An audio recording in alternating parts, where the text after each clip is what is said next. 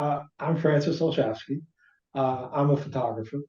Um, I've been a photographer since I was a teenager. Um, and I, uh, I wear two hats, like many artists. I do my art. I also have another hat that I wear as well. I build digital technology, large internet um,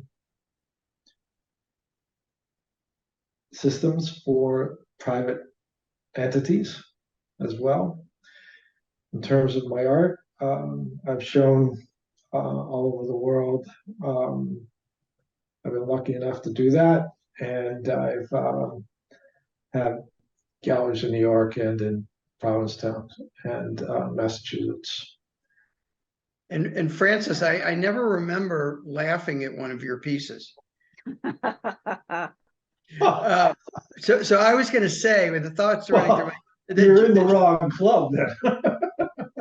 that your work is very, both of you are cerebral, but your work is very cerebral, and it's you're like, I'm thinking some of the earlier work where you juxtaposed images, like the brain of the guy who invented the computer and a albino snake. Oh, that's a beauty. Right, Uh, Babbage. yeah, and so talk about the evolution of your work from what I'm aware of. Maybe it happened before you got to Mass College of Art, but I'm aware of you starting to experiment with manipulation of photographs at Mass College of Art. I don't know if that started earlier than that or not. Yeah. Well, I think you asked a multiple layered question there, but you're right about the seriousness of my work. I think it is, and but I think that comes from uh, my education. As you mentioned, Massachusetts College of Art, being exposed to very serious photographers doing very serious work, and people like Minor White and Emmett Gowan, and and they made very serious work uh, about their own private conceptual ideas, but that would be Minor, but also Emmett did his work, his earlier work um, about his family, and I was exposed to them, and I met them and worked with them, and so that had a huge effect on me. So yeah, it really uh, turned me into what being a serious photographer. So I think, and so you mentioned the manipulation work when I started it. I started that after my undergraduate school. I was really intrigued by the idea coming from Emmett Gowan and also from Mike White as well. Both of them worked um, in a very traditional way, but they also expanded that traditional way to bring in the uh, the uh, the medium itself into their work, and that connected with me in terms of my interest in art history and the understanding of how modernism began, how abstract expressionists began, and what it was about. And so I became very interested in that. And so that manipulation that you referred to always had to do with the technologies of photography. And so I was very interested in not only making serious pictures in terms of content, but also working in the use of the medium itself being part of the image. So I didn't manipulate for the sake of manipulating. I manipulated for the sake of the medium itself. I'm going to tell my Francis Olschafskie myth, and you can correct it. So my myth is that you were out of school, you got recruited to the MIT, what's now called the Media Lab, and you were, they understood that they had an interest in what you were doing to manipulate photographs. So they made available mainframe computers and to see how you could use those.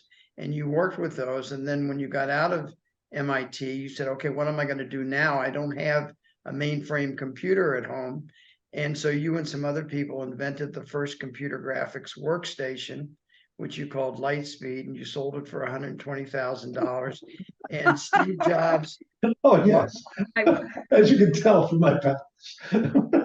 No, and Steve Jobs bought two of them, ostensibly for his marketing department, reverse engineered them, and came out with the Mac. That's the story I've been telling for as long as I've known you. I think it's a great story. Great story. It's a great story. I love that. Stick with it. Stick with it. It's not too far off from the truth. A